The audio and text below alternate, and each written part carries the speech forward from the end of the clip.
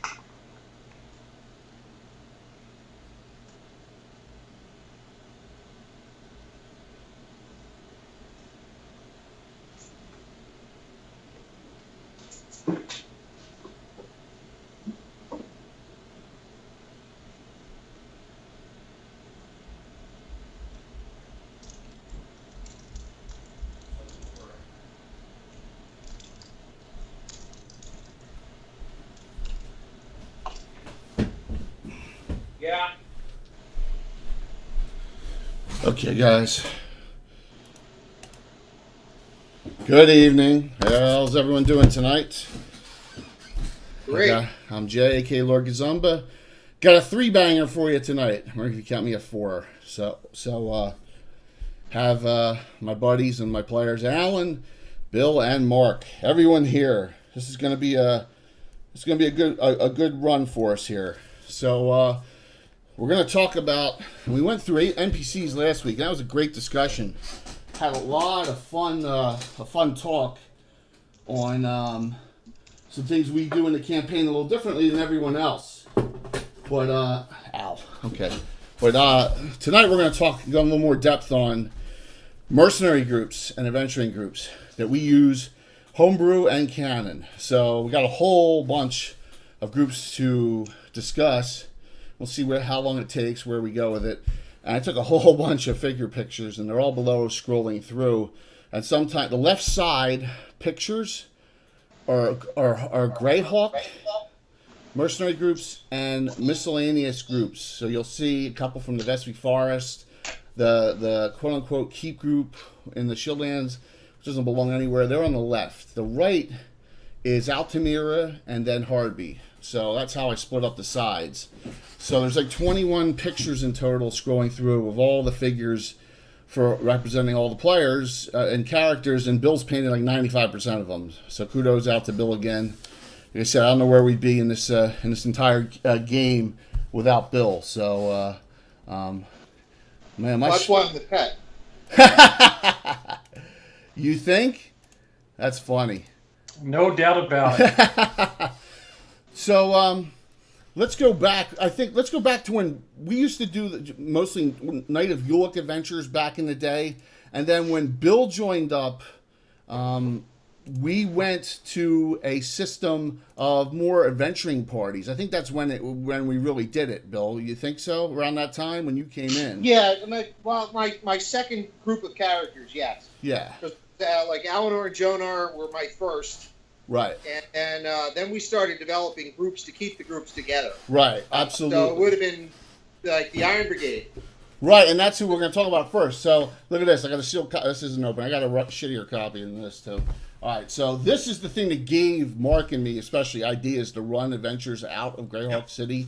This box set is unbelievable. I mean, I think it's one of the best reference sets ever made by anyone for D&D. Particularly, it's so detailed. It goes into guilds. It goes into personalities. It goes into, there's adventures in it. There's a lot of, there's multiple stage characters as they go up in level. There's the outlying areas all detailed, and there's great maps in it too. So this gave me the idea, hey, let's run a city-based Greyhawk adventure.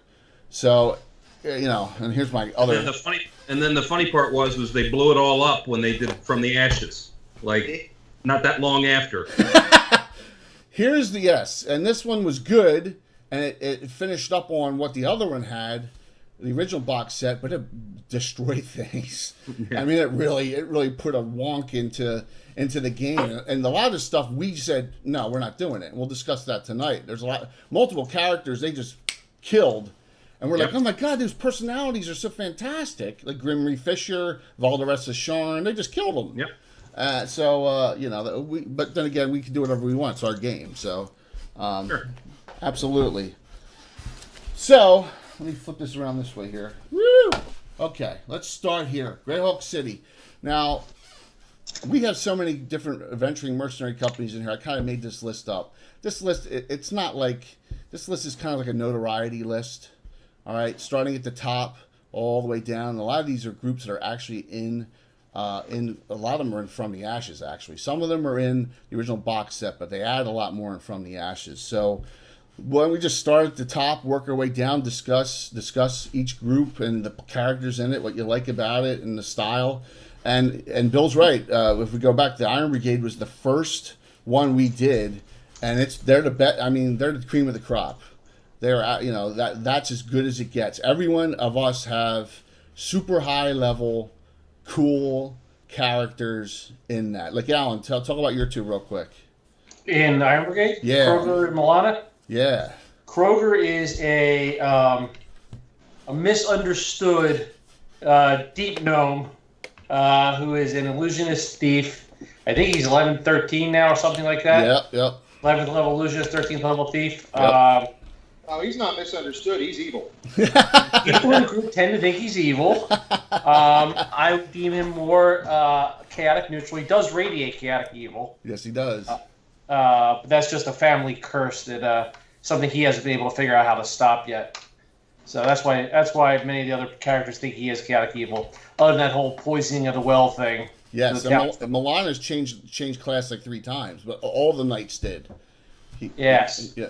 So we've really changed up what we're doing with the knight character class. So, and she's a good character too. She's got one of the. Did you give away that axe? You gave the. She axe. Gave away the axe. Okay. To a dwarf, she felt it was better in dwarf's hands. Axel, right? Yeah. One of Walt's, yeah, and he's. No. One of Bill's. Oh, one of John's. One of John's. Oh, was it? Okay. Oh, it wasn't Fergus, was it? Might have been Fergus. Wow. Yeah. Well, maybe John will be back soon. That makes sense because Fergus is in the group. Yeah. They are. Fergus is in the Legion. Yeah, Fergus is. Right. Yeah, Fergus is in the Legion. No, somebody. Oh, let me see. That's okay. Mark's the latest of this group because Mark was in Ohio for a while and hadn't played until we started doing FaceTiming in. So Mark's characters were actually old school characters that came in Alhana and Railstone. And, and Railstone, everyone knows Railstone. We talked about him in depth last week. We talked about, Alhana, we really haven't delved in as that much to her. Oh. I think we're going to save that for a nasty character discussion. I think. That's when you go into evil, incarnate. Yeah. Full expose on her and Kroger. Absolutely, yeah. Absolutely. Oh, by the way. Well, let's set the record straight. It's actually Queen Alhana. Yes, it is. That's her name is Queen Alhana. Absolutely. She has the record for killing the youngest character in a campaign, a Foxwoman. So, Foxwoman girl, yes, she just went right behind and ganked her. It was one of the funniest things we've ever seen. Now that and the Boggle too. You killed the Boggle. Yep. That was great. And she honestly is she's the only evil character that I have ever run. Special permission from the DM in order to do it. Yeah. Because we don't run an evil campaign. It gets disgusting after a while. But every once in a while, getting a sprinkle of it isn't such a bad idea. Kroger the same way. Hey! Hey, Sprocket. Glad you can make it, Sprocket. Thanks, man. Yeah, well, here, the good thing is that she's not completely vile. She has her moments. She does it. I think this is just me talking out loud as a psychiatrist. She does it for the attention. I think sometimes she likes being known as the nasty character in the campaign. Now, there's a difference between her and what a character in the Great Company, Veneria, did. Veneria was vile because she was just foul, right? Yeah. Well, Mercenary wasn't even an evil character. Mercenary was a true chaotic stupid. Yes, she was. Absolutely. That's what she was. She was definitely that. So the Iron Brigade is the cream of the crop of all the mercenary groups. There's characters in the Iron Brigade are in the Knights of Ulick. There's a lot of really high level characters. There's a character in the Iron Brigade that tried to take over the entire world a few years back because he put the crown of Ruggiero Blood Moon on. So there's a lot of fun. Now Bear is an evil character. Yes. So there's a lot of fun things going on with this group. This group actively interacts with the top level of Greyhawk. Alan's character Milana goes out on dinner dates with Otto. All right, as for an example. My NPC, Elijah Winchester IV, and everyone's going to get pissed off at this, I know, is currently dating Nastasia Ariane Nightstar, but he's not really getting anywhere, so he's getting frustrated with that, too. Bill's character, Marcus, before he ended up with a Winchester, was seeing Shayla from Corellan's Arrows, right? And then everybody ended up with a Winchester? Yeah. And then he dumped her cold turkey, and she was really angry. So there's a lot of trying to breed out the Winchesters. He's got to go. There's a lot of interaction between our groups and canon groups. So there's been joint missions done. I recall a long time ago, Saving the Women of Elmshire. That was an old mongrel adventure. I remember that the Fellowship of the Torch helped out on that one. And there's a lot of political stuff going on in the city all the time. In our world, we just finished Expedition to the Ruins of Greyhawk. It was a mega adventure, and the Iron Brigade was the group that did that. They thwarted an army from Iaz to coming in, and they also thwarted a clone of Igwul, well, actually a simulacrum of Igwul that gained sentient beingness from taking over the whole area. It's a great adventure module. If you've it's a hardback book. I think it was 3.5. But I converted it back. But it was really well done. You go into the Ruins of Greyhawk, which everyone loves, but you don't have to dungeon crawl through the whole thing. So that's the main group as far as top cream of the crop. If you go down the list, you have our Fellowship of the Torch, and that Fellowship of the Torch, everyone knows them. I mean, they're right out of canon. I gave you some lists on them, and we interact with them a little bit. They killed off Grimry, a fisher, I said, and From the Ashes. We didn't do that. Because a lot of our small people, particularly the halflings and gnomes, they interact with him a lot, at his shop. So we weren't about to have him killed off for that reason alone. That he was good to for relationship purposes and liaison between the groups. They have the torch itself, the Torch of Anazander. And there are only 5 characters though, but that makes sense. They're a small operations group. The next NPC group down is Corellan's Arrows. They're not made up. There's no listing for the names of them. So let me show you those. I put them up. They're all from noble houses of Selene. There's 6 of them. There's a druid mage, and every other one, and it says in the book, every other one is can use a bow. So we have a druid mage, an archer mage, a fighter mage, a cleric ranger, fighter thief, and fighter cleric. So, and they're all bow. One of them is a true archer, but the rest of them are all pretty good with the bow. They're a Selenian group, so we have some interaction with them. What's the Elven in the high quarter you always used to go to, Marcus? Do you remember? Star of Selene. The Star of Selene. That was it. Good memory. So we have some interaction through that, and like I said, Marcus, the half elf Shayla, he dumped her because he was, I don't know. He never said why. Because monks are more flexible. Dude, you're just wrong, man. But yeah, so we try and keep that interaction going between character groups. So they're another good base group. They I don't know if we've done a mission or 2 with them yet. Below them is one of Bill's most hated NPC mercenary groups of all time, the Fighters of the Light. Now of course, I'm going one step beyond that. There's a Fighters of the Light in every city. They've kind of franchised. So, and their names are funny too. This was made back in like the 90s or early 2000s. I forget when I made this, but they're all goons in hockey names. So if you look beside the 2, there's Magan Starond, who's named. He's a specialty priest of Foltis. Quisp, the quasi-elementalist, and all the rest are fighters except for one who's a thief. And if you look, Glenn Wesley, Shane Doan, Eric Rasmussen, Rich Pilon. I mean, you don't even get worse than that. So, I mean, yeah, I was in a hockey. You can't use Radek Bonk because he's an actual NPC of mine. So, they and if anyone watched the David Gradavis events before David Gradavis' wedding, you know that Megan Starron's brother was one of the 3 survivors from the zombie army in that town, and he was the priest that they were negotiating with. So hey man, thanks a lot, dude. We're first, second edition, so it's probably not much different than 5th edition, but we appreciate it, man.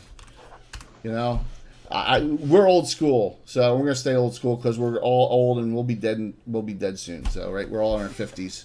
So even though we all look pretty good. No, not all of us. Some of us are still in our 40s. Yeah. Hey, one thing. If anyone does, I'm saying we have a hero point assist thing. It's kind of like some of the people do Divine Favor. If someone does it tonight, we'll carry it over to Thursday night's game. So we give out we have a hero point system. We would be more than happy to do it on behalf of one of our characters in the group, the Reborn, which will be Thursday night. And Alan's head's going to explode. Do you know the adventure name yet? No. You ready? Go ahead. Murlocs, more Murlocs, and even more Murlocs. Oh, hey, we just got another 500. There you go. All right. Thank you, Jacob. Jacob, you're the man so far. Who do you want? You want to give him the one of Mark's again? Just let me know who you want to give that point to.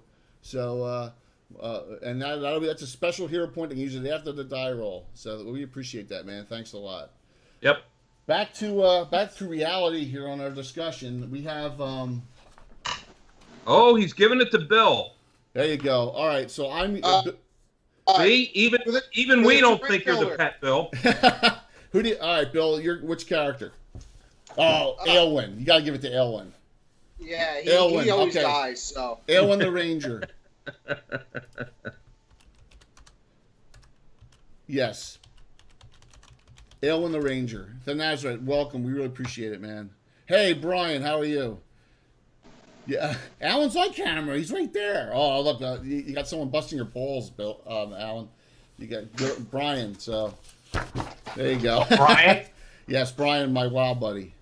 And a good DM in his own right. No game for you tonight, Brian?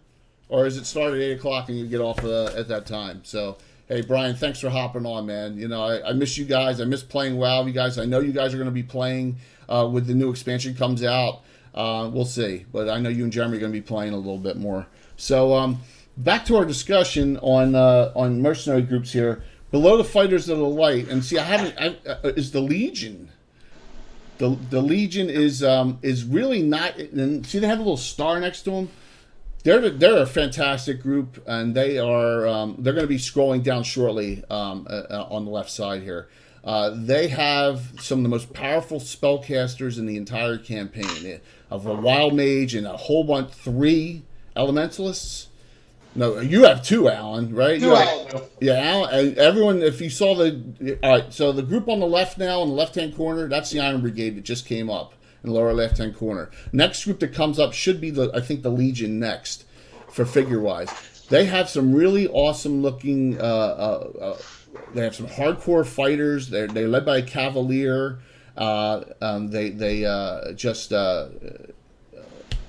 Your quasi-elementalist is freaking nasty, Alan, right? Yeah. The Legion's the next group up. There's the Legion on the left side. And you can see in the front row, you have both of Alan's elementalists are being shown, along with Bill's characters in the front row.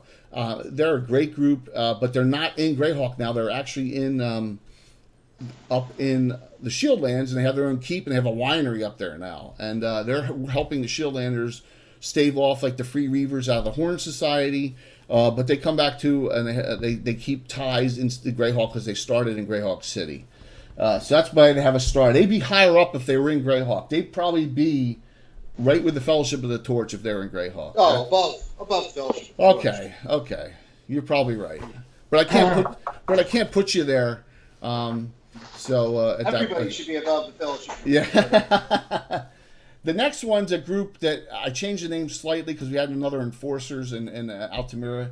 And you guys know nothing about this. I've had this on the list for like 3-4 years. This is a long-term plot line for me. Cratch's Liberators. They used to be called Cratch's Enforcers, but we got the Altamira Enforcers.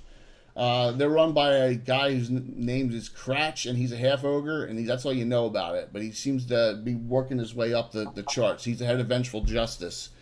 So something's going on there. You'll find that out down the road. Next group below, Vengeful Justice. That's a PC group. They are very neutral based. They have a lot of characters that really don't do the good versus evil thing. They do the let's go out for hire and get money. Bill's character, he has a crusader. Yeah, Dimitri, right? Dimitri's a crusader in that. My NPC, I have Crystal Gradavis. She changed her last name to Gradavis. Yes. So we all have a little bit of that group has a little bit of a screw loose in it. A bit of screw loose. Yeah. Especially. Mark in that group has Kaylana and Almaldor. He has an Avenger, which is a specialty druid, which can cast a lot of elemental spells, and an Elven Cavalier. And Alan has Kagnar, the Dwarf Fighter, and Davida, a Dark Elf Cleric Mage Thief. I think we just played them just recently. Yeah. So, yeah. Yeah, well, some of the names, who knows where they come from, those names, but they come. Sometimes you're just thinking of someone, and he said sometimes I'll be busting someone's stones with a name, but that they're a fantastic lawful neutral group. If you want to hire a lawful, someone to get the job done, but they are really short on spellcasters. They have a lot of healing power in that group and a lot of good fighters, but they got the Avenger and the Cleric Mage. The Cleric Mage Thief, they're the only two spellcasters in that group, so they're not the best at really going out there and hardcore blasting things like the Legion. The Legion can really kick some ass when it needs to. I mean, if you guys saw events from before David Gradavis' wedding and watched what the Quasi Elementalist did, Mishner, I mean, he took apart the undead, right? And that's what he does. It's basically light, radiance, and magnetism is his elemental specialty, and that it's a great spellcaster against undead and normal people in armor too. So, the group after that we haven't played in a while, and we got to play them. The Grey Company. It was the second group we ever did in Greyhawk. It was based on the Thieves Guild. There were some Thieves Guild wars that went on. Some internal conflict between. We did a lot of development on that, and then after they were successful, we kind of got away from that group. The main character was a player who doesn't play anymore. It was a bard named Selenor, and so that they lost a lot of their teeth, So now it's kind of it's. Go ahead, Mark. No, just a nice pun on words. I didn't even realize I said that. Well, that's just so wrong. But Alan's got you got a monk who hangs out at the sorority houses in the Clerksburg and in the college. Yep. I have a ranger who's kind of a little bit of a milquetoast. Bill's got a really good multi-class illusionist thief, dual class, I should say, human illusionist thief. So there's some good characters in that group. It's just, I don't know. I haven't had the feel for them lately. The group was originally built very thief specific. Yeah. And with players leaving and coming and going, it's kind of changed. It's kind of left them a little lacking. Yeah, and it's I don't know. I would say that they're really city-based adventures, like down in the depths of the whatever's going on underground in the sewers, or inside a guild establishment, or underneath the opera house or something. They're not an outdoor type group. They could, we never did them that way. But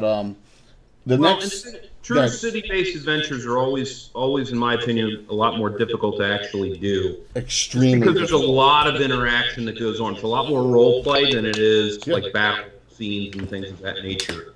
You get into a lot more of the political scene. You get into things that I mean, I know that an original group that I had started out actually in New Jersey with you guys to give Jay a little bit of a break from time to time was city-based, was out of the actual city of Greyhawk, and so you had interactions with like Old Mother Grubs and other types of personalities that went on. It's no longer there. We finally burned it to the ground, like they said, and Salem made me do it. That adventure, It finally went bye. So after all that time, I mean, that was a momentous. I mean, to show you how long ago that was in my old house in Stratford, right? That was over 5 years ago.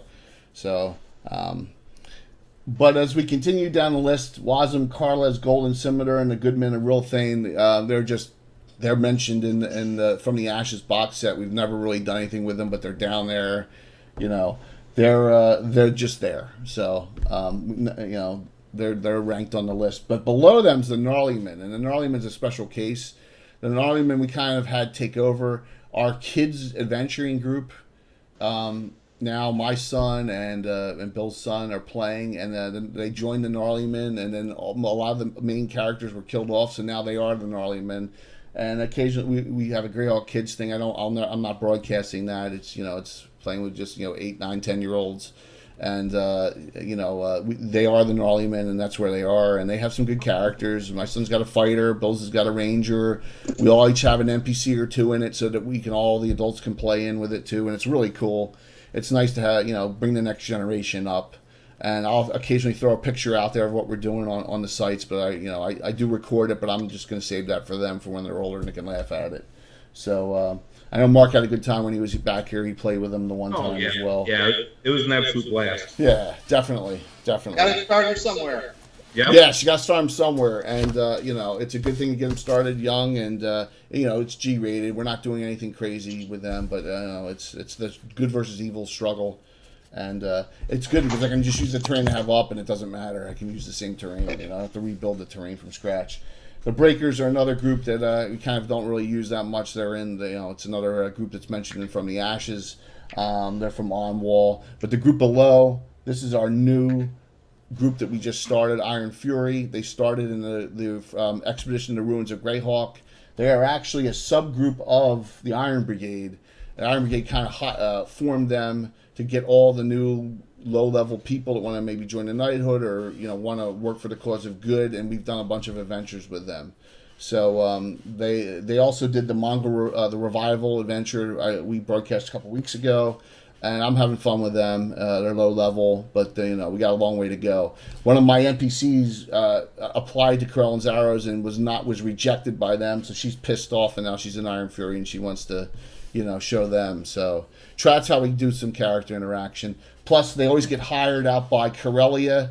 Everyone's seen the red-headed Corellia figure I've used the last couple weeks for adventure hiring. She's actually in the Iron Brigade as well, and she's the one that runs the Order of Ulick headquarters in the northernmost part in the old Order of the Holy Shielding building, which the Knight of Ulick organization bought during the wars and then leased, gave them half back. So she's the one with the line running through and no shield lanterns all across it.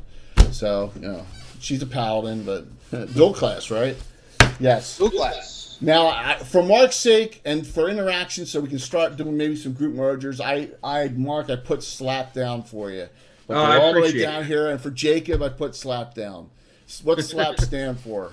So SLAP stands for Stupendously Lucky Adventuring Party. And the reason why is because at least on 2 major adventures when they went up against the big bad, they figured out what to do, but it just absolute luck of the dice to a degree to be able to take out the big bad. Now that's part of the story. The other part of the story is because one of the player characters, he's playing a dwarven fighter that we're actually going to change over to a shield paint because he fits more of that model just based upon the character. Cool.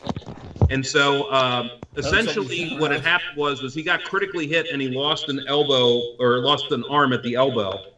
And one of the other players from, if you remember, there's an old Dragon magazine adventure that I know I love to run. It's called the Chapel of Silence.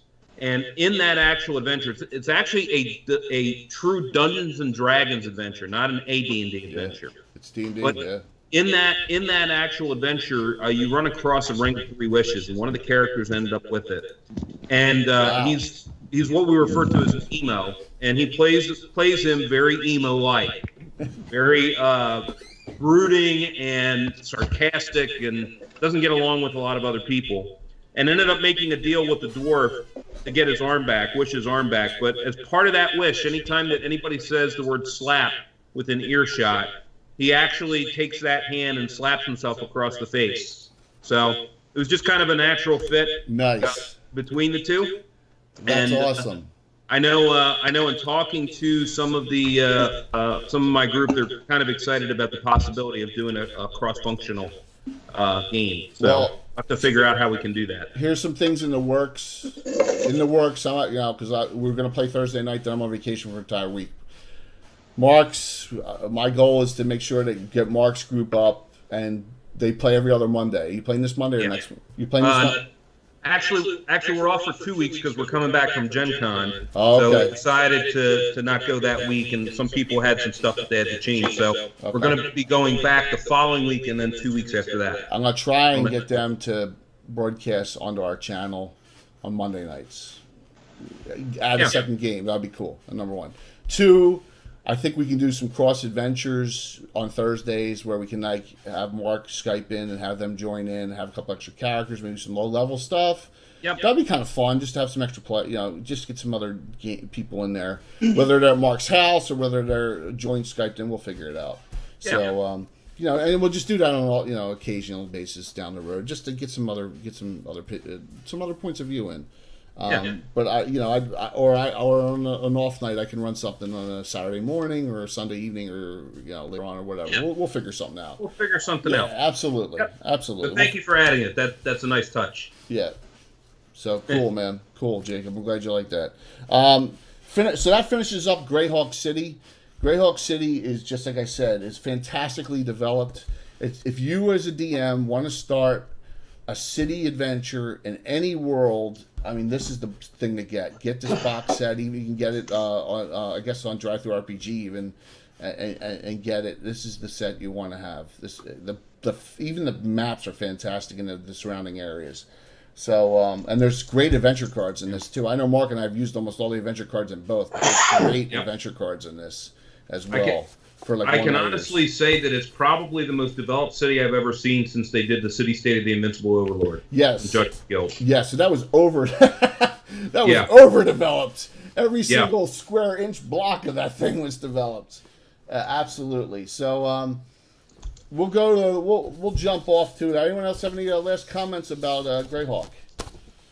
No. I have a ton of fun when we run Greyhawk stuff. So, all right, let's go to Harby next. Harby's on the right side, but it's after the Altamira people. But it's a lot smaller, and these are all made up. I mean, there's nothing. There's some good, one of the Earth Journals has an article on Harby. There was an event. I think when Living Greyhawk they came out with Harby City of the Scorned, and they published it in one of the Dragon magazines, and that was our basis. Nice one. That was our basis for starting Harby. I was like, we can do Harby too. These are all completely fabricated by us. Some of them are at PC groups, some of them are NPC groups. So if we start at the top, the Harby Irregulars, that's the first group we did in Harby. It's a lot, if anyone knows about the Harby structure, Harby's kind of like getting pulled apart in multiple directions right now. You have the Throne of Wood, which is the all womanhood. It's supposed to run things, but Greyhawk's now interloped in there, and there's the Merchant Guild has taken over, and there's all sorts of stuff going on. So it's a good place for a lot of intrigue now, and a lot of our female characters actually have joined up with the Throne of Wood, particularly in this group. A lot of our characters are members of those 5-6 houses of them, just so we have some. Yeah, it was a Gynarchy, but it's the Gynarchy's in name only, Walt. It's really and that's where you get Judge Alita Norbalos is trying to do things, and we all found out what happened on Thursday night with her and her ex lover friend. You're admitting it. Yes. So now that group has a letter, and they don't know what they're going to do with it. So hold on to it. So the Harby Irregulars, there is a lot of there's a Crusader, Specialty Priest. I have an Earth Elementalist NPC. What else we got in there, guys? Alan's got do you have your Ranger in that one? What, the Harvey Regulars? Yeah. Yeah, I have Kate and Kelvin in that. That's it, Kate and Kelvin. You have the Crusader and the Ranger in it. Ranger Madge. Yeah. And I have Guild Thane and a Bounty Hunter Shadow Match. Yep, which is a real good class too. And I believe that's where I have my Saxon and my Monk, if I remember correctly. No, Mark, you have Mark. You got Michael Baton and Barda. All right, so let's explain. That's the Harvey Irregulars. Yeah, okay. For some reason, I always get them confused with Reckless Indifference. Mark was a little short on characters coming back, so we're going to jump down to this group, the Furies. He kind of said, "Here, I got this idea for this group led by one of the most hated characters in existence, Michael Baton." So he has this all-female adventuring group called the Furies, and what was it, a Marvel thing they were based on? Yeah, it's actually a DC. It's a DC thing. So okay. It's Darkseid's all-female mercenary group. Yeah, so Darkseid being the main nemesis of Superman. So we converted with my help. Mark and I converted them over to characters, and they're kind of like just a thorn in the side group, kind of like the Fighters of the Light are to people in Greyhawk. But because Mark doesn't have that many characters, he has Michael and Barda from that group adventuring with the Harvey Irregulars a lot. And like I said, Michael is universally hated, but it's really funny. So, and everyone saw Thursday night, if you watched, the figure that Mark's going to finally get a new figure for that character after all this time. Yep. So, yeah. Go down. We'll see what if Bill paints it or not. Go down one to Reckless Indifference. Reckless Indifference is a very chaotic base group. A lot different than the Harby Irregulars. They're all over the place. I have the Specialty Priest of the Stormlord in that. Walt's got a duelist in that does it's really good. Bill's got an Inquisitor and a Specialty Priest Assassin. Oh, good. You got a lot of assassins lately, man. I noticed. And Alan's got Jeddah and Cassilla, a fighter mage, and a dual class human, the guy who thinks he's from the future, right? He doesn't think. Yeah, he knows. Absolutely. So you have that's an interesting group. There's a lot of different personalities in that group, and I don't know how they got that high up. And we've had different spellings of it. I have wreck like shipwreck, but that's okay. RWR. It's a good player character group, though. We have a lot of fun playing them. We did the last adventures we did with them was the Knuckle Paler ones. Oh no, we just did one before that, if I recall. Right after that, but the Knuckle Paler one was a big one where they went out. They captured her about a year and a half ago, and they went out on ship, and then she tricked them. But they did get a lot of. They found that old. That the ever rising mountain in the sea, and they found it. They got a lot of good treasure out of it. They fought what was it called? Not the Beholder, but the oh my God! See, I'm showing my age now.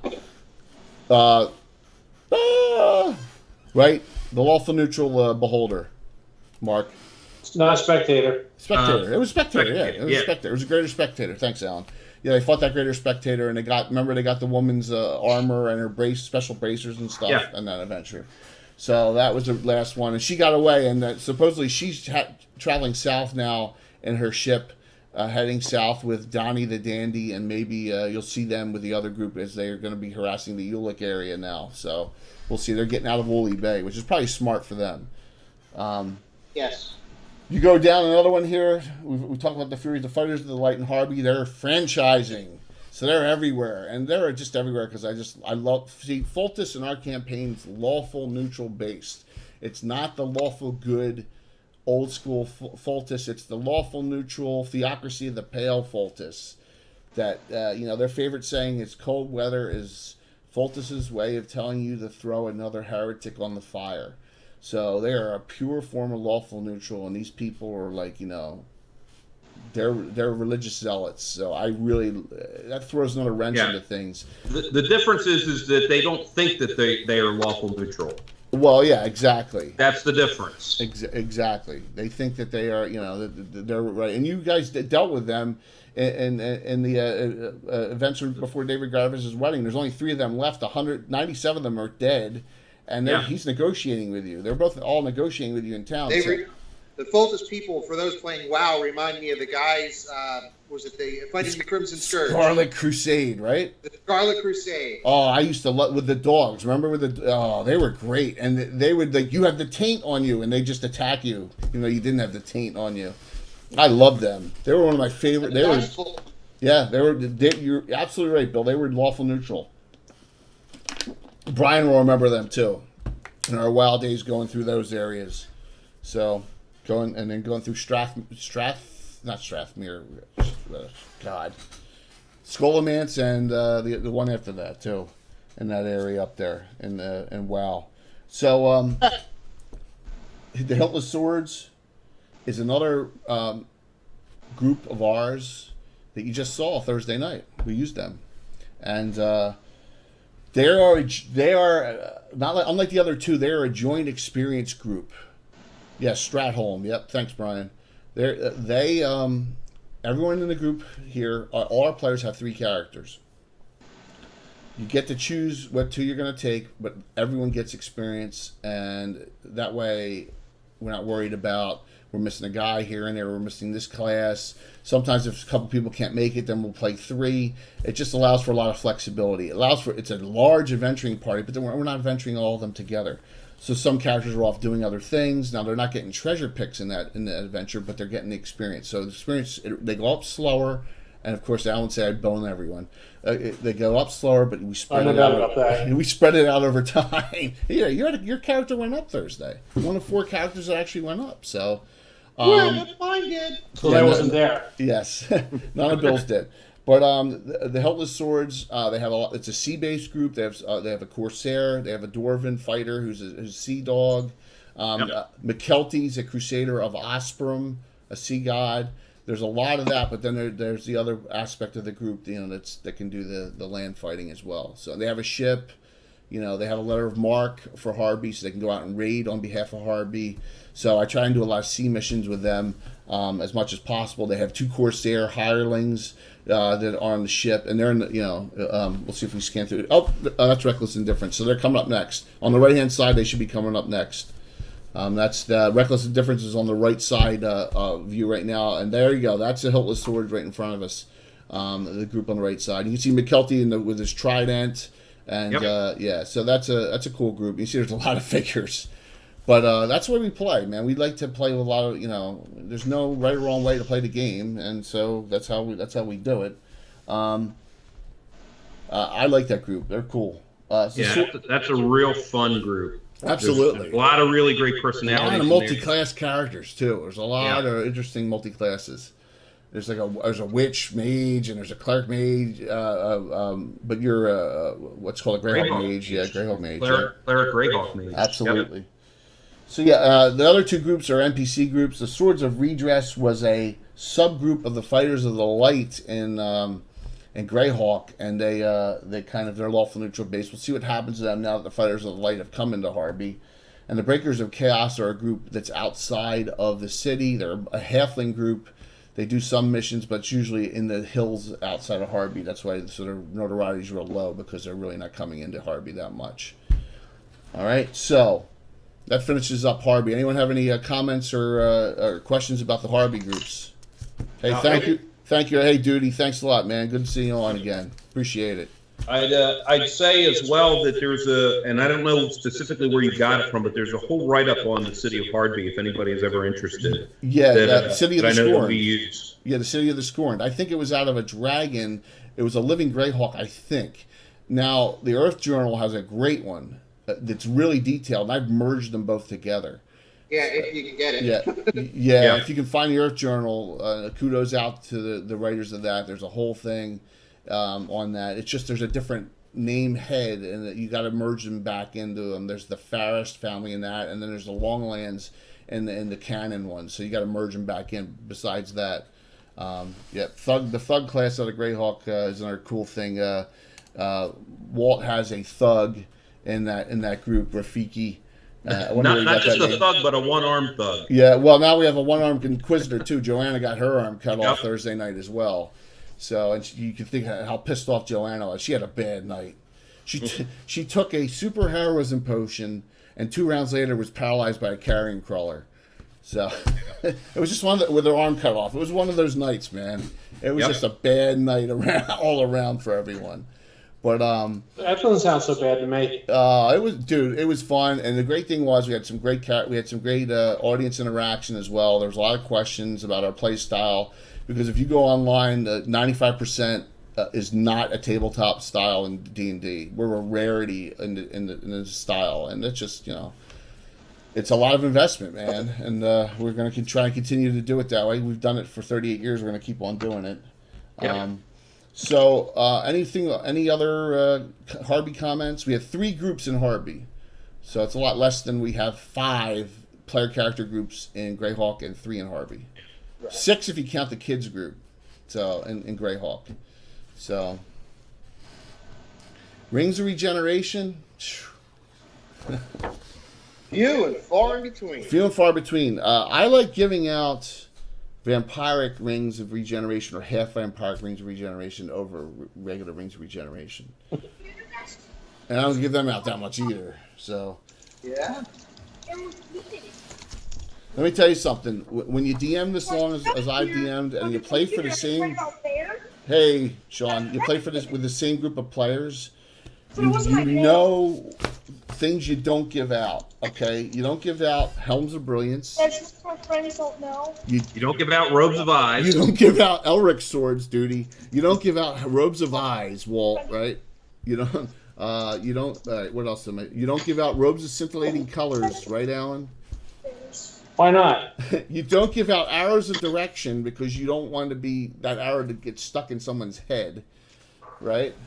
So, yeah. Well, there you go. Yeah, Alan, how many player characters do you have now? 66, you said? No, it's more. Are you talking active and dead and everything? Yeah, last week we went over the NPCs, and I think I had 69 active NPCs.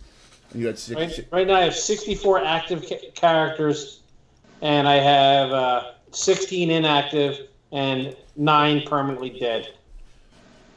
Wow. Yeah, mine are the opposite numbers. But Alan's And Mark has 99 permanently dead. Yeah, basically. Yeah. Alan's been playing longer than anyone. He's been with me since '78. So, we used to play. There'd just be a cable channel called Prism, and we watch Animal House in '78, and then Caddyshack in '79, '80, whenever that came out, and played D&D with Alan, Bill, Matt, and me. And there was characters named those. Back in those were the Monty Hall days. Something fierce. And Rings of Regeneration weren't in there either. Yeah. All right. So I know Bill Laughlin had a Ring of Regeneration. He was an NPC. Well, We just had someone with a ring. No. Walt Ambrel has one. Walt has one. Ambrel has a gem of regeneration, but it doesn't rebond limbs, right? I think it And destroys then someone else has one too. Has a gem. yeah, is it that's one of- John's one of character. John's? One of John's Yeah. has one. So I kind of give them out, but not where they rebond the limb deal. But hey, like I said, when you play for so long, you know what like decks of many things can ruin a campaign. So you gotta be real careful with a deck of many, especially with lower level characters. You can really do some damage to the campaign with that. But if you want the joy of randomness, go for. You know what I'm saying? How many times did you join? Herbie drew the gems card that we did 4 times, right? Yeah. Yeah. So Become fabulously wealthy. And still a useless character. yeah, No. He wasn't useless at all. It gave you the excuse to beat Jay in the head with a pillow. Yes, smother me. Absolutely. Altamira. Altamira is a city that we created, and you'll see it on the map Thursday night or the Prelude Wednesday night. It is right where the Sus, the mountains from the Lort Mills, and the hills from the Principality of Ulick all meet. Technically, it's in the county of Ulick. It was first called the Cavalier School back in the 80s. There was 3 keeps there, and then it grew. And Swain's Keep, that big tower I had last week going when we had the NPC show, are all there. And this city's grown, and I really need to get a professional map maker to do something with this. I really do. So I need to talk to someone about getting that done. We really should have that map made instead of just having it. A lot of that's in the mines, you know what I mean? So, but we have all the locations noted what they are, but not where they are specifically, and we really should do a detailed map. So everything here is, from our campaign, from our imagination, and I don't know if there's anything that would be even canon in here. Are there any canon characters in this that are here now that you can think of? No. Although guiltiness comes real close. Yes. So, there are good. I used to use campaign cartographer, but I just am not that good with it. So I would like to get someone who can actually do a good job and get that done. So here's the group order and ranking. So the Ulick Defenders Against Slavery. That's a big word for the name of the group. The Slavers, we call them, but they're not slavers. They're fighting the slavers. There are a lot of Knights of Ulick in that group. There's a knight, there's a dual class, right? Paladin, specialty priest. Yeah. A bunch of knights. Yeah, a bunch of knights. There's an undead hunter in there. There's a specialty priest of Cord. The one who wants to burn Harvey to the ground, Alan, right? He would love to burn Harvey to the ground. Alan's got a actually, he wants to run it over with barbarians. Yes, he does. He wants to bring a barbarian horde, but he's not a barbarian. But he's from the barbarians. You are, but you're a priest, so you don't get that barbarian horde capability. Not yet, anyhow. Yes, not yet. Dual class is the barbarian. You also have Walt. Walt has a specialty priest of Illustrate and a bandit, a half-orc bandit in that group. We have 2 bards in that group, too. This group is well known for running across female, really nice girls that turn out to be anti-paladins. So they always have and I don't know if it's just me doing it on purpose, but yeah, it is. But yeah, one of the recent adventures in Varnafane, what's this? This 15th level fighter. Oh my God, her in the woods of the Welkwood and the northern Swiss. Lord Mastrine. Right? It's Mastrine, correct? The Smokewall Castle, the castle you don't go near. It turned out to be his daughter. She kind of lured them in. They killed some of his people, and then they had to take care of her. But yeah, they've come across 2 female anti-paladins, and no one else. Anti-paladins not a thing I use a lot, but kind of always trying to make them very kind to start. Next group, the Night Stalkers. We're going to be running them soon. One of the first groups we did in Harvey, and that's the one that the wonderful Gilthinus is from. We have a special priestess of Merlin in that group. That group is a very powerful group in my opinion. They have a lot of versatility. Yeah, well, that group was built primarily that everybody had to take a Shadow Mage type. Yes, and I'll tell you the story behind that. So there's a dark tower that no one's ever been in. There's no entrances or anything. We have a Shadow Mage class, and that class enhances. It's not a Shadow Dancer, but it's actually the Shadow Mage. In that class, humans can do multi-classes too. They enhance thievery, bounty hunters, assassins. So all these Shadow Mage thieves got this mental impression to come to this tower and come to Altamira and train here. And this is a long-term plot line of mine. They all magically somehow found these brooches that have these gems in them, and these gems enhance their Shadow Mage spells. Like one will enhance a Shadow Bolt spell, one will enhance the Minor Shadow Evocation spell, and they'll do more damage. One will give them extra spell slots. So, and every time they go on these adventures, they find these gems, and so someone's doing it. Someone's leading them by the nose, right? So, yep. Always. Yep. So I always ask for this, please. Like Jay McGee, hey, if you're new to the game, that's great. just give us a follow up top, please, and we'd love it. And just so I can say, hey, I got my numbers up a little bit, but and then you can watch us anytime. You'll get you'll get notations of whenever we're on, whenever we're running a rerun.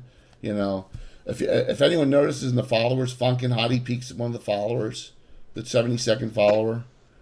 So I'm trying to create a bot of Funkin' Hottie Peaks, so he'll be talking in the chat. I'm working on it. Okay. Yeah, come on, that'll be hysterical, right?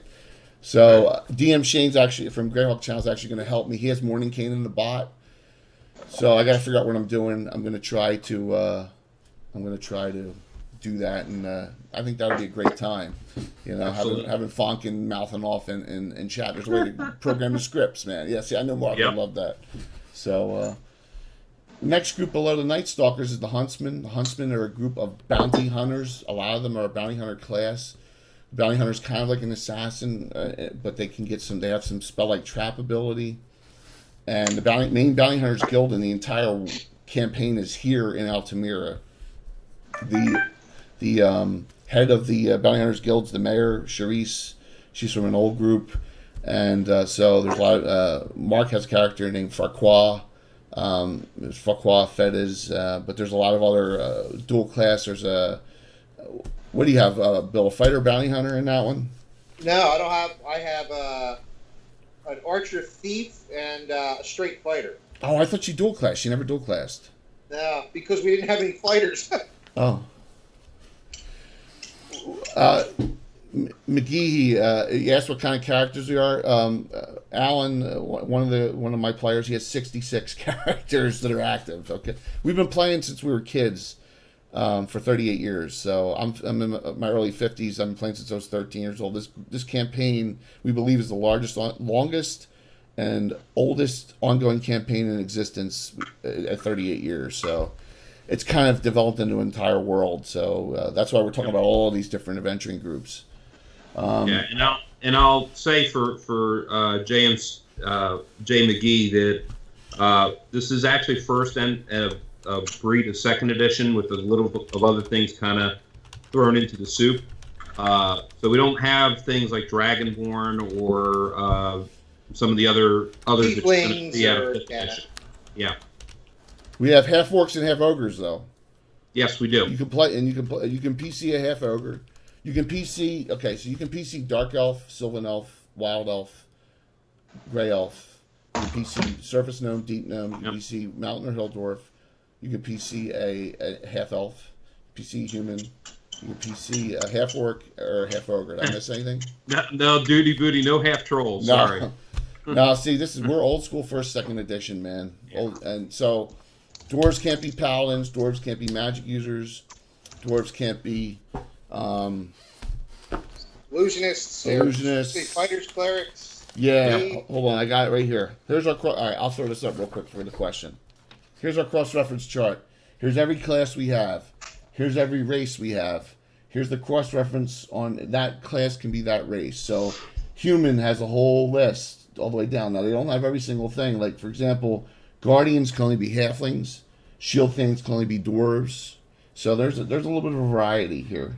So this is the master list of all the classes. And there's an old Gabbin going back about a month and a half where we go over this. So, we go over a bunch of classes, over like 4 or 5 of them. So, thanks for the question, but, I'd be more than happy to, answer any other questions you guys have on that. So, 40 classes to play. There's a lot of variety. Not counting all the specialty priests and all the other stuff.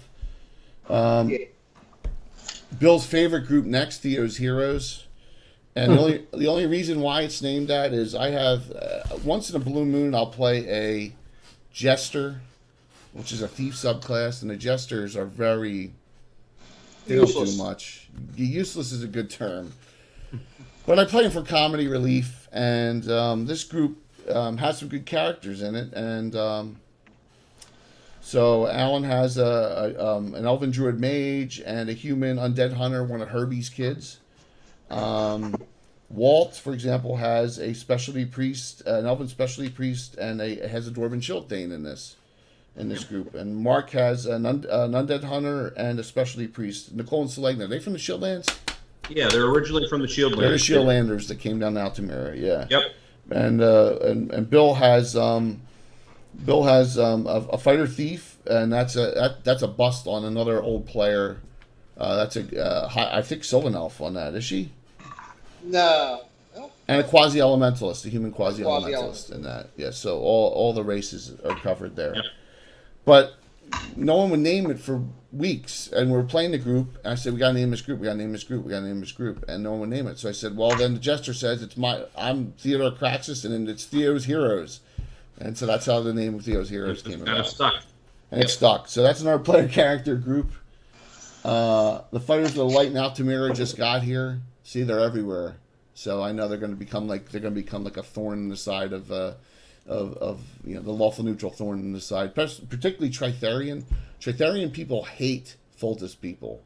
It's almost as bad as them. The rivalry's really nasty between them, almost as bad as E is, except there's no good versus evil thing. But Tritherian characters, the chaotic goods, cannot stand the Foltest lawful neutrals at all. And it's right in the book. It's right in the Grey Hall from the Ashes. Yep. My voice is going. And the greatest name group ever. The greatest name group ever, and is the Omega Patrol. Now, the Omega Patrol probably should be higher up on this list because they've done a lot of great things. The Omega Patrol, about 5-6 years ago, when we were in my other house, we ran Hamlet. We started with Hamlet. I made it a campaign setting and worked it all the way up through the Temple of Elemental Evil. And they redid. It's the second time I did the Temple of Elemental Evil in my history, and they went through the entire temple, and they did that. Then they did another campaign setting. It's Return to Durbanford, and that's a sword and sorcery Necromancer Games campaign setting, and they did all that. And then they've done some adventures here and there. Yeah, that was great too. It was awesome. Walt had a lot of fun in that one too. So we have characters named Dude and Sweet in this. Okay, I mean that's what they call each other. We have Samanda, Talk to the Hand in this. She's an undead hunter. That's actually Corellia from Greyhawk's daughter. So and the father is Emerson Winchester III. So you get the idea. But that was our first attempt at joint experience, and we kind of but there was only 2 characters each. I think Bill has 3. A couple people have 3 in that. Some of us. Oh, everyone I have has 3. 3. Bill has 3. I apologize. Yeah, we all have 3. It is our first joint experience group test. My apologies. There are 18 characters in that thing if you count John's. So, and Walt has the Doublemint twins in there now, and that's Lena's kids from Sir Harn are back in there. They were in Theo's Heroes a bit. Now they're in the Omega Patrol. So we have in that group. That's the first famous. What's the famous group that has Arianis, and Mariana. And I never get seriously. We have a character named Arianis. We have a character named Ariana, and we have a character named Marianis. And I'm like. And we do that to just basically have Jace head explode. Exactly. A group that they can handle anything. They can take on anything. You need spell casting, they got it. You need hardcore butt kicking fighters, they got it. You need stealth, they got the whole shebang in there. And that's why we've made these joint experience groups up. And I know I was talking to Duty on Thursday night about it. That way you have the extra character, and say a couple people can't make it, but you don't want to cancel. So you let them play the third character. But everyone gets experience, so you're not missing out. And that's the great thing about having a static group of players that you played with all these years, man. You know the people, and I'll be here next week, or I'm sick, I can't make it. You know they're telling the truth. It's a reliable group of players.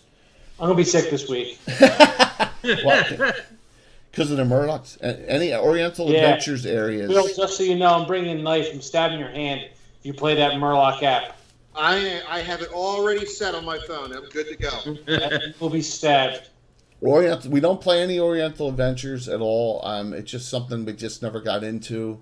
The Renshay is the closest thing we have to Oriental Adventures. It's kind of like a Kensai almost, with that class. But we never got into the Oriental. We are based around Harby, Greyhawk, Altamira, Ulick, Promarge, the Near Div, right? that's our we area. had The Shieldlands. Vesby. We have Vesby for a Yeah, while. the Vesby a little bit, the Vesby too, but that's Friandi. That's we're not on the eastern side of the map at all. No Great Kingdom, none of that. You know, We have characters from there. We're just we do absolutely, but I mean, Tim would run adventures for us occasionally over there, so never got into Mystara either. Never got into any of that. We are hardcore Greyhawkers, man, which is cool. So, all right, continuing down the list. The group you will see Thursday night, the Reborn. The Reborn was not a group for like the last 5, 6, 7 years. So that's hence why they're called the Reborn. This is what happened. We had a group, we had another player, and I was testing an NPC, and it just didn't work out. And there was a lot of weird, goofy tension going on, and John had some characters in there, and John, which is Tim's father, he's the one who's been ill a lot. And it just so the group broke apart, and we just let them go all their different ways. So when Mark came back about a month and a half ago, and we were playing a game on a Friday afternoon, it was just Bill, Mark, and me. We said let's get this back together. These guys are all great players. We have the characters, so they came to Altamira from wherever they were, and they joined up, and so they renamed themselves the Reborn. Right? What else were we going to call them? There was one other thing we were going to call them beside that. Oh, we were going to call them the Sex Addicts Reborn, right? Sex Addicts Reborn. Yeah, because that's what they were. That's what they were before. But we just so there's one addition. A henchman for the Night Stalkers has left that group and has joined up. So it's my second NPC. Carrie has left the Night Stalkers and joined the Reborn to be on her own. So I have Emerson Winchester the fourth. Of course, I have a Winchester in it. Why wouldn't I, right? And and Carrie is the characters in that. So we'll see them Thursday night. They're a pretty tough group too, honestly. Yeah. Alan has a Saxon, which is a cavalier, like a cavalier almost, but a foot knight, and a bounty hunter mage. Bill's got a ranger and a specialty priest of Paylor, and she is the healing machine. The machine and the best healer in the entire campaign period. Well, one item helps. It doesn't matter. You're still the best. You are the absolute best in the entire campaign. She has a healing cap of Valuna, and with the fourth, we have an expanded spell list for specialty priests. So we have healing circle at 4th level. You can heal in non-combat. You can get 10 of your characters. 10 characters can get into that healing circle. And she has a healing cap, which is double. So she's healing people like 30 points. So she can do max 34. Yeah, and that. So it's a great character. I love that character. And then let's see. And the Reborn, we also have Walt has a specialty priest as well. And no, Mark does. Mark has the brother and sister Dark Elves. A specialty priest of Sol Northalandera, who's an elven god, surface god, and her really foul brother Melzar, an earth elementalist, dark elf male. Foul. Well, come on, he hates everyone. Well, of course he hates everybody. He's a dark elf. He's supposed to hate everybody. Yeah, but Bill Theory doesn't. So, Bill Theory and my NPC Emerson have had an on-off thing going on for years. So, absolutely, another Winchester breeding thing, right? And Walt has Moira, a halfling thief, and Vosh, who's a human female fighter, who's one of the daughters of Big John Studd. If you ever remembers the old wrestler, yes, Big John Studd himself. So, who was an actual character. Who was an actual character inside of the campaign. Yes, he was. He fought with a two-handed sword in each hand, Monty Hall days. Yes. So.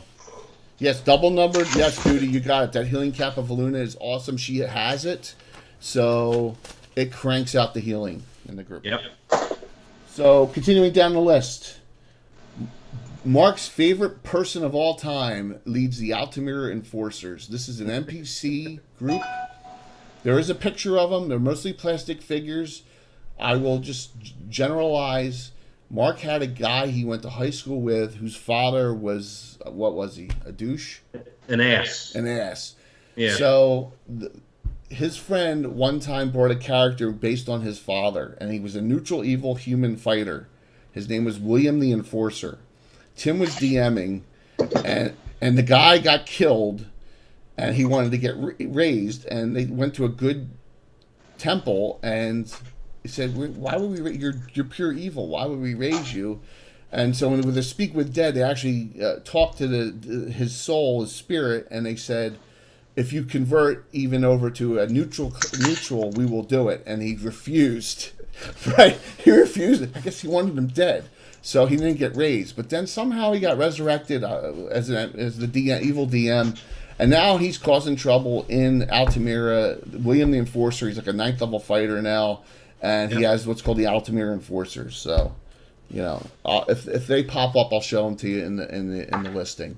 So, yes, I like to bring back annoying characters on that. And that was on PC. The Windborn is our newest group in Altamira. It's another joint experience group.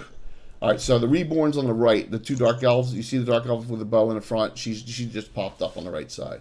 That's the Windborn that's up. It's a Reborn that's up right now. So on the picture, and Emerson's right next to her, and the special piece of Palor's in the front too. All right, there's the Altamira Enforcers.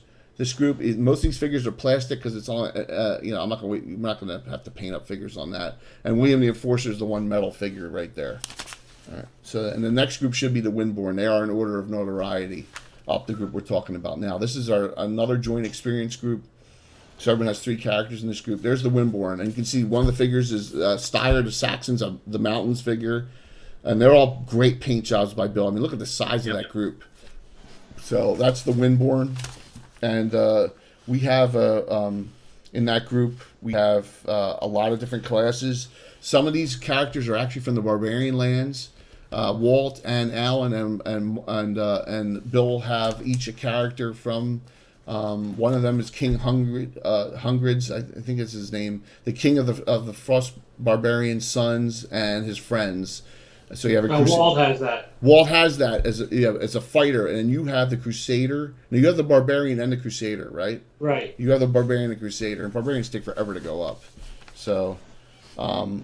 In that group, mine is a bastard kid of the before mentioned Big John Stud. Yes, he is Styre, correct? Absolutely. Yep. So Vash and Rowena, one of other Walt's characters, and Styre, that figure, are half brothers, even though they probably don't know. There's a lot of inbreeding going on in our campaign. It seems like, so. Big John Stud got around. Yeah, Emerson got around more, unfortunately, or fortunately. So. Yeah, but nobody got around as much as Garth. Or Garth's father, I should say. Oh, nice comment on there, Alan. So there's a lot of characters in this group. There's an para-elementalist. There's an illusionist thief, a gnome. There's a bounty, a shadow mage bounty hunter. There's a witch thief. There's Mark has this Ollie Swizzlestick. Ollie Swizzlestick. He's a specialty priest of Flandel Steelskin, and it's hysterical. You also have Ember Alta, which is one of Swain's kids, a ranger. Yes. So in that group, and don't you have Heidi in that group, Alan? I do, Archer. So you have one of Herbie's kids. That shows you how long we've been playing. Freaking kids of player characters are growing up and they're playing. I mean, it's just crazy, man. So I've calculated it. It's slowed down. We're at 1.5 years of real life. 1 year of game time goes by now. It used to be like 2 to 1. Now it's 1.5 to 1. So that tells you how long we've been playing. No, one year of real life, 1.5 of game. I'm sorry, I had it backwards. Wait till our next first levels. Yeah, well, and we're going to talk about that. There'll be another offspring. We're going to talk about that new group because we're going to have an adventuring group on the other side, and I want Bill to talk about it. But we'll get there. That's going to be a good discussion. All right, and then the last one is Every Copper Counts. This is a Zilchist based group, and money is all they care about. So whatever the cost is on that, it's an NPC group that I'm working on. Is that sponsored by Michael Baton? You never know. It's very possible since Michael's been in Altamira, so it's possible. So that goes through the 3 main cities. Some of the other groups we have, and the pictures are up on them. There's a picture in here that shows Morning Canaan. It shows Jolarzi Salavarian right here. All right, this one here on the left. Morning King, Georgi Salivarian, and Anastasia Ariane Night Star in the front row. Okay, so there. I just wanted to show some of the other personalities in Greyhawk City that we had on that picture on the left. There's also a picture coming up of a group we have in the Vestby Forest. There's 2 groups in the Vestby Forest. We have a high-level group, and that's led by Bill's character, Alanor Silvermoon. Yeah. He's a 11th or 12th level elven fighter. He's got a +5 longsword. He's got some nasty weapons. Not Garth. Jonar Doombug is here. The group on the left. That's a Freudian slip right there. They're up right now. The group on the left, that's the Vestby Forest high level group. Okay, it's a small group, but that group is in existence. He has a keep called the Eagle's Nest. They recovered. It's kind of like going against Ias up there. This group now in the lower left-hand corner, this is our druid group in the Defiled Glades. So there's a lot of druids and bandits, and there's an archer in here. There's specialty druids in this group. There's a swashbuckler, very druidic based in that group. So that group has, I think, like 7th level, mostly in it. Yeah. Alan's specialty druid can change into a Kushi with her normal ability because she's a specialty of Rilthane Ralphil, right? The tree. Correct, Alan? Yeah. Roving around, she works with the tree, and she's yeah. She could turn it like 2nd or 3rd level to a Kushi. Yeah, that's which all is she great. can ever turn into. But she had the ability before anyone else did, and she goes up super fast. We have a bunch of Avengers in that group, and that was, remember we talked to, if you know, we talked about the campfire. They were trying to rescue the people from the campfire. They were, all the high level druids were in this, just sitting around a campfire in like a pocket plane, and no one knew what happened to them. One of them got out somehow, Shuko Fish, and now he was in that David Gradavis' wedding. I brought everyone into that one. He owns the Grove in Critwall and the Shieldlands. So we try and do cross groups and stuff like that. That's another group that's on here. I wanted to talk about another, like some other groups that are in the game. Like if you've ever gone through the Greyhawk box set, there's Karastein's Castle. We've run into them a couple times. They're mentioned. I actually have a list of all their high-level people here. They've actually come to Alan's tournaments that he holds, and stuff. And we've run into them. She's a high-level paladin. We've run into them in Greyhawk. We've done a mission or 2 for them as well. So, this is a canon group. These names are taken right out of the, I didn't mess around with this at all. And the levels may have changed as they've gone up. But here's another group that, exists out there. You can consider them an adventuring group. We're doing new firsts. I promise we'll have them. We'll start them before the Christmas break. But Bill came up with a great idea, and this will be basically in that Really? Pomar. What, a great idea? You have a great idea. Don't bust his stones, man. We don't want. Well, I got nothing to do but sit around and think. Yes, exactly. So, go for. Here's a new adventuring group coming. Explain your idea. Well, I mean, we have a relatively undeveloped area. I mean, the Pomarsh is a lot of activity, but other than the slavers information, it's never really been developed. So we kind of want to take a look at the area, the southern Sus down into the Drakensgrad. Yes. And the whole idea is that the Order of Ulick really needs more coverage in that area. So they're looking at starting or restarting a group at allowing neutrals in, but they basically can take people from wherever. They'll take, non-evil criminals. They'll Bandits. take whatever, Yeah. and rehab them. They'll work there for a certain amount of time. They serve their time. They can get out or stay in the order. And they want to redevelop that area and secure it. Anywhere from the river in, make sure it's secure. So that's idea number 1, but believe it or not, that's not the idea I'm talking about. I'm talking about this. Oh, well, yeah. I mean, on top of that, there will be that's a enemy great group that's working with the leaders in the Pomarsh, Turok, Mosk, but working the northern side from the Drakensgrab up into the southern Sus. That's a group moved in from the Horn Society. It's brilliant. They figure a chunk of the army moved, and said, you know what, we'll just let Iaz do what he wants to do. We're all Erythnal worshippers. We're just going to go and start our own little land. And what's better than the Pomars area, who's already widely worships Erythrol? They could feed their own army with the orcs and the hobgoblins from the area and try to take over an area. Right across the river from from Herbie's Keep, from Andre's Keep, from the Watcher's Tower, right there. Perfect. I mean, it's a brilliant idea. And the reason I wanted him to bring this up before we even started it was, if you're DMing out there or your group, you listen to your players, man. If they come up with ideas, man, run with them, because that's how everyone feels like you want everyone to contribute. Everyone's made up classes. Everyone's come up with ideas. I think this is a brilliant idea because there's a module that Bill got from the Grow Dog. Kudos to him for getting it to us. That we've been looking for since it's in a publication no one could find since '93. Bill got a hold of it finally, so I'm going to be running that for this group. Is that the temple, the Erythnal temple? Yeah. I went looking for that. I had a extremely hard time even finding anybody that had anything. We have it now. So it's for levels 2 through 5. So we're talking about 2019 we'll run that. But we're going to run that for this new group. And we're going to tie in all this other stuff to it. And and there's already a pirate fleet that might be working that coastal area, too. There's a pirate coming down now from the Woolly Bay, too, right? Who has all right, guys. Ships, I got to roll. Hey, thanks for calling in, Alan. We'll talk to you soon, man. I'll see you Thursday. Yeah. So, you have so many different things. I think he thought we only went to 8. It's okay.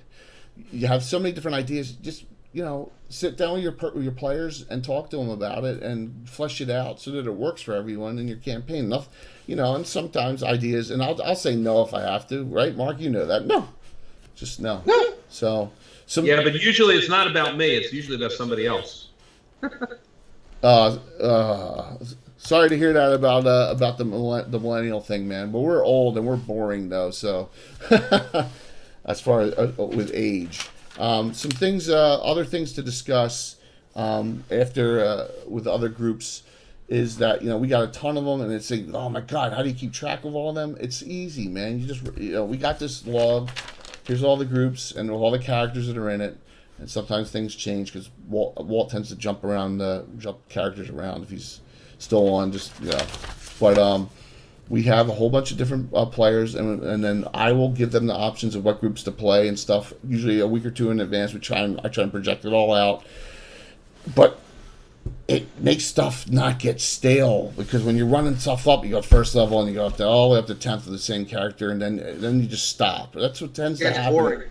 Yeah. So we bounce around high level, low level, mid level, new group, old group, and that keeps it fresh and running. And that's why sometimes there's adventures you'll have options of what groups you want to play. So some things I wanted to bring up was also Mark's going to Gen Con, all right, with his group from Ohio, and Mark's one of the ones he's playing in the Greyhawk Channel DM Shane's game on Sunday night. That's fantastic. Wish I was there, man. But Mark's going to be representing for us there. It's something that it's just great that you get what's going on. I really appreciate. We've had more viewers tonight than we've had on anything going on, so I really appreciate it. We're really just doing our best to bring our game and our play style and what we do to everyone. Just to get the ideas out. Get the ideas out to everyone on. There's other different play styles you can do. I know Fantasy Grounds. My friend Brian uses it and he's great with it, and it works for him because all his guys call in on it. But man, I just love the tabletop style.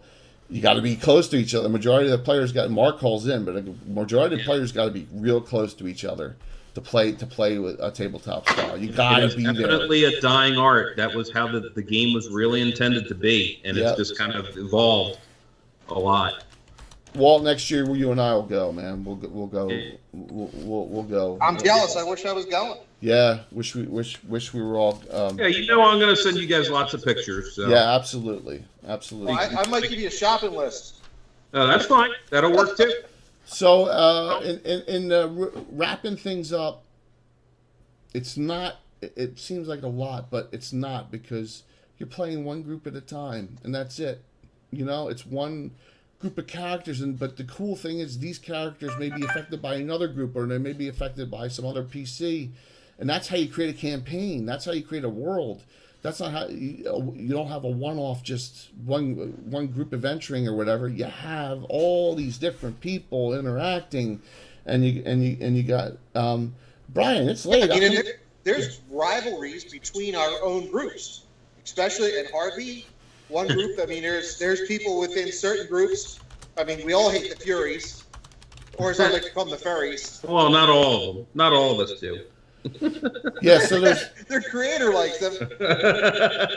In order to sustain a DMing game, when you get to the point where you have characters and they get old, their kids are adventuring, and that's what we have. We have we go back generations back to but the main group of characters we had when we were playing in the 80s and 90s, like Herbie, right?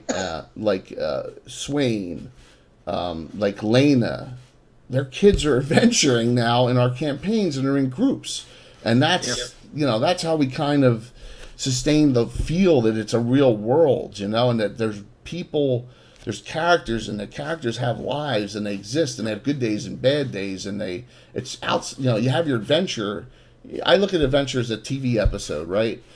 That's what it is. But there's stuff going on outside of that. And let's talk about the elephant in the room. So, I mean, as most of you can tell, obviously Jay runs all of this. So, an awful lot of this, give the devil his due, so to speak. A lot of this, Jay, is because of your creativity and your dedication to be able to doing all of this for 38 years. Well, I appreciate it. It really wouldn't even be what it is if you weren't as dedicated as you were to it.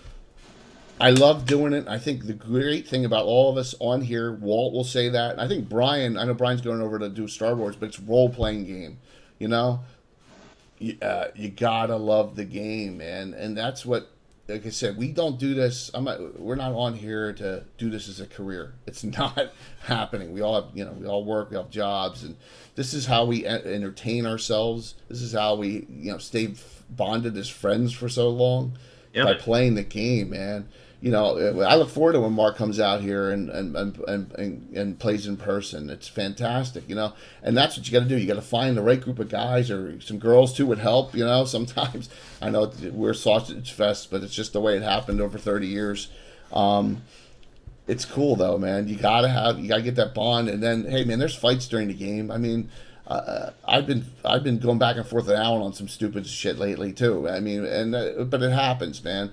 And we still argue about the same crap from 30 years ago, like the augury spell, or just that stupid. Alan's keep is he said Alan's keep, or the arrow direction, or who knows, or the robe of eyes, or there's or this rule that I never argue. So come on. We had that big argument with David Gradiff's thing about if you're in melee, how come the 20-foot radius circle of doom thing? That was a big argument. It wasn't an argument. I was right.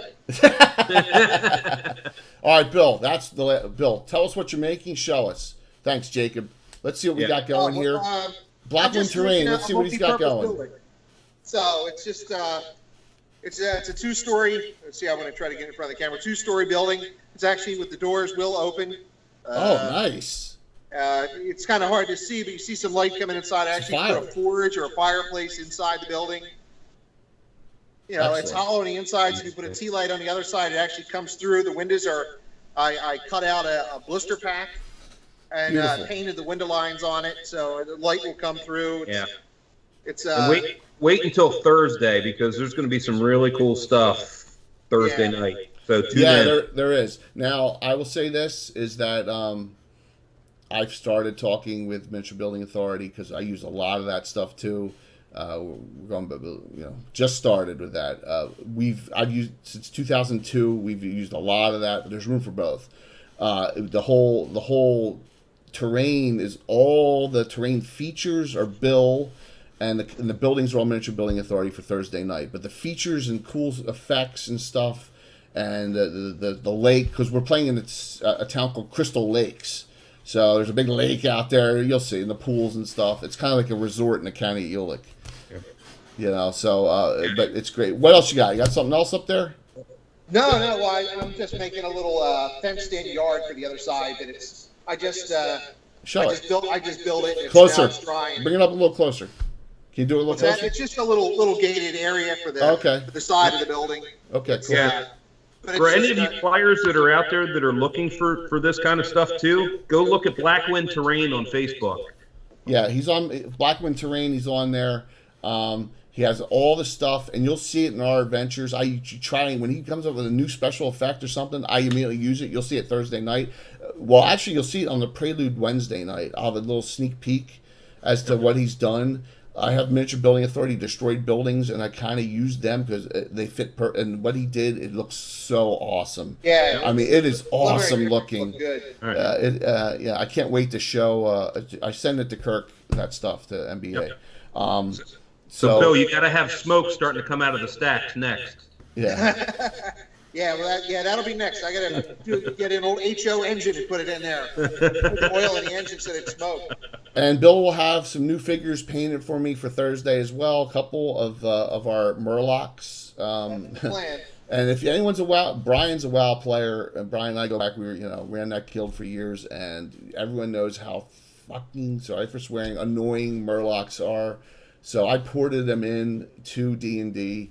I know that's blasphemous, but in our world, the Coatoans breed them to raid the surface world. That's how we do it, but they're freaking annoying in this game. And Bill's going to be running that stupid sound over and over and over all night Thursday. I don't know what you're talking about. But this is a one-nighter because I go on vacation next week. That's why I won't be at Gen Con because I'm going to be down the shore.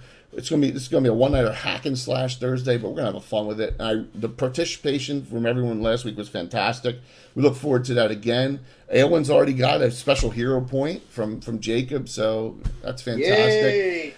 Please throw us a follow. Like I said, we don't care about the money. It's not about that, but I just like to get the following numbers up just so we can say, hey, this is where we've come to it. Please throw us a follow, and it'll pop on. Yep. But other than that, I know everyone is, excited about what we've been doing here with this edition. First, second edition is awesome. Fifth edition is, that's exactly what you're going to be hearing, man. So, fifth edition is great for the new player, for the player, for the millennial. But man, first and second edition, it's just got such a rich history to it. We love it. We play it. We just, and we're not going to go to fifth. We're never going to go to fifth. We're going to stay with what we're doing. We got too much invested in it. And, there's only so many decades in a lifetime that you can go with and play with. So anyone have any last comments for me? Any of you gentlemen, anyone online have any questions? The participation has been overwhelmingly fantastic, and I really thank everyone. You're making it so much easier for us, so... Yeah. Third was okay. Third, we pilfered a couple spells from third. We pilfered Holy Smite from third. Searing Light's a great spell from third edition. Magic Fang is another one. I can't. Not much more beyond that. So Brian and I will look into that. Because I was watching the Greyhawk channel and they had it as well. They were talking about that. Do me a favor too, guys. If you want, and like I said, I really appreciate us. If you're bored on a Tuesday, just hop on. It'll be published. It'll be on my channel. But I run Wicked Studios LLC. It's Return of the Bandit Kingdoms. Will's a great guy, and he's trying to get his thing up and going. He hasn't reached affiliate yet, but he's working hard on it. Just throw him a follow. I mean, just to help him out. That would be great. Like I said, it's Wicked Studios LLC. It's one of the only two channels I follow on my list. You can go right on under my follow and just click to it and just throw him a follow. He's a good guy, and he always links stuff. He always shares stuff on his site that we're doing. I'd appreciate you do that for him. So other than that, man, Brian, thanks for that input. I really appreciate you staying on too, man. Like I said, I miss playing WoW with you, but man, those days of running 400-player guilds are over, man. We've moved on to this. Mark, anything? Bill, anything? No. We No, I'm We good. ran 3 minutes over in an hour and a half. How fast time flew by on this. Yeah. Thank you again for everybody for joining up. Hope to see you again on Wednesday and Thursday. Absolutely. Here's the schedule. Wednesday night, the prelude to Murlocs, more Murlocs, and even more Murlocs. 7 to 8. It'll probably run a half hour at longest. That's it, man. That's it. Absolutely, Yep. Brian. And Thursday night we'll be running the adventure. It's a one-nighter. If we're going to go till we finish. And then I am off. We're all off a week. So the next Gabbin will be 2 weeks from tonight. We haven't even decided what the topic will be. Mark, Bill, Walt, and I, and Al and I will decide that come Thursday night what we're going to talk about in 2 weeks. But so after Thursday we'll be off for like 9-10 days. Hang in there, guys. We'll be back. And thanks for everything. Hey, Jacob, sorry you'll miss it, but that's okay, man. You get in there early at Gen Con. Love it. So, Yep. All right, guys. Once again, Gabbin at Lord Peaks Haven. We are at Lord Peaks Havens in Tring Lee in the county of Ulick. It's got the best drink in the world, Lord Peaks Special. If you drink 3, you go on the Wall of Fame. Not a single player character has ever done it yet. They've all passed out. It's a good place to hang out and just chat, and I appreciate you doing that tonight. And we'll see you on Wednesday evening. Thanks a lot, and we'll all talk to you soon. Jay, a.k.a. Lord Gazumba, here online. Alan, who had to get off, and Mark and Bill. See you then. Ciao.